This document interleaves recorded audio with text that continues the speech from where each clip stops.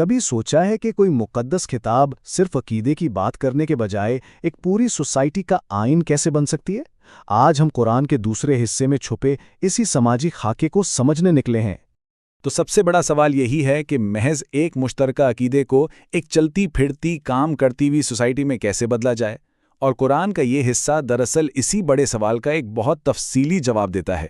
چلیں دیکھتے ہیں کہ یہ جواب ہے کیا۔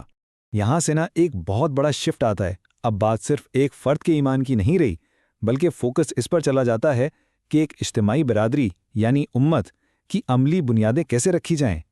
یوں سمجھیں کہ یہاں عقیدے کی باتیں صرف خیالات نہیں رہتیں، بلکہ ایک ٹھوس ایکشنبل پلان بن جاتی ہیں۔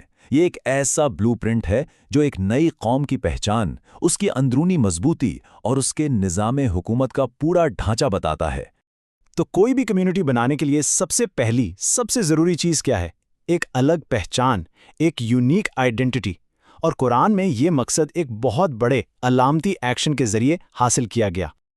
اور وہ ایکشن تھا قبلے کی تبدیلی، یعنی نماز کی سمت بدلنا۔ اب یہ صرف ایک جغرافیائی تبدیلی نہیں تھی، بلکہ یہ ایک گہرا نفسیاتی اور نظریاتی قدم تھا۔ یروشلم سے مکہ کی طرف رخ موڑنا ایک طرح سے اپنی الگ تہذیبی شناخت کا اعلان تھا، اور ساتھ ہی یہ ایک آزمائش بھی تھی جس نے سچے ماننے والوں کو شک کرنے والوں سے الگ کر دیا۔ اور اسی نئی منفرد پہچان کو ایک نام بھی دیا گیا، امتاً وسطا، یعنی درمیانی امت یا ایک متوازن قوم۔ یہ ایک ایسی قوم کا تصور ہے جو ہر معاملے میں انتہا پسندی سے بچتی ہے، نہ ایک طرف نہ دوسری طرف، بلکہ بیچ کا راستہ، انصاف اور توازن کا راستہ۔ اور اس کی ذمہ داری ہے کہ وہ پوری انسانیت کے لیے ایک اخلاقی مثال بنے۔ اچھا، تو ایک منفرد پہچان تو بن گئی، لیکن کسی بھی نئی کمیونٹی کو کھڑا رہنے کے لیے صرف پہچان کافی نہیں ہوتی، اسے اندر سے مضبوط بھی ہونا پڑتا ہے تاکہ وہ چیلنجز کا مقابلہ کر سکے۔ تو دیکھتے ہیں کہ اس مضبوطی کی بنیادیں کیسے رکھی گئیں۔ یہاں یہ بات صاف کی گئی ہے کہ آزمائشیں اور مشکلیں تو زندگی کا حصہ ہیں۔ یہ کوئی سزا نہیں ہے، بلکہ یہ ایک ٹیسٹ ہے، ایک ایسا عمل جس سے گزر کر کمیونٹی مزید مضبوط اور پختہ ہوتی ہے۔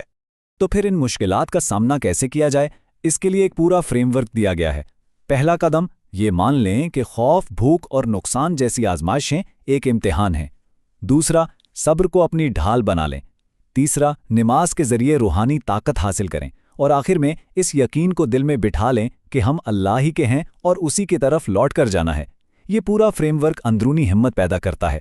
اندرونی مضبوطی تو ہو گئی، اب بات کرتے ہیں باہر کی دنیا کی، یعنی ایک معاشرہ چلانے کے لیے کیا کیا چاہیے؟ لیڈرشپ، ڈیفنس اور اکانومی۔ لیڈرشپ کی بات ایک کہانی سے شروع ہوتی ہے، طالوت کی کہانی سے، جنہیں بائبل میں ساؤل کہا گیا ہے۔ اس کہانی میں لوگ ایک بادشاہ مانگ رہے ہیں تاکہ وہ انہیں بیرونی دشمنوں کے خلاف جنگ میں لیڈ کر سکیں۔ اور یہیں پر ایک بہت بڑا سبق ہے۔ لوگ کیا دیکھ رہے تھے؟ پیسہ، سماجی رتبہ، لیکن خدائی معیار کیا تھا؟ علم اور قابلیت۔ یعنی اصل لیڈرشپ کا تعلق دولت اور خاندان سے نہیں، بلکہ علم اور اہلیت سے ہے۔ اس کے ساتھ ساتھ جنگ کے لیے بھی واضح اصول بنائے گئے۔ صاف صاف کہا گیا کہ لڑو ان سے جو تم سے لڑیں، لیکن زیادتی مت کرو، حد سے آگے مت بڑھو۔ یعنی جنگ صرف دفاع کے لیے ہے، کسی پر چڑھائی کرنے کے لیے نہیں۔ اور اب آتے ہیں معیشت پر۔ یہاں ایک بہت ہی پاورفل آئیڈیا ہے جسے صرف ایک نمبر سے دکھایا گیا ہے، 700۔ یہ 700 کا کیا مطلب ہے؟ یہ ایک مثال ہے، ایک استعارہ۔ سوچیں کہ آپ نے ایک بیج بویا، اس سے 7 بالیاں نکلیں، اور ہر بالی میں 100 دانے ہیں۔ یعنی اللہ کی راہ میں خرچ کیا گیا پیسہ، جسے انفاق کہتے ہیں، وہ ضائع نہیں ہوتا، بلکہ وہ معاشرے میں کئی گنا بڑھ کر خوشحالی لاتا ہے۔ یہ ایک سماجی سرمایہ کاری ہے۔ تو ان سب باتوں کا خلاصہ کیا ہے؟ اس پورے سماجی بلو پرنٹ کی میراث، اس کا دائمی پیغام کیا ہے؟ آئیے ایک نظر ڈالتے ہیں۔ یہ ہیں وہ خوبیاں جو اس درمیانی امت کی پہچان ہے: اعتدال یعنی بیلنس، انصاف، صبر، قربانی کا جذبہ، اور سب سے بڑھ کر ایک بڑے مقصد پر یقین۔ یہی وہ چیزیں ہیں جو مل کر ایک عظیم قوم بناتی ہیں۔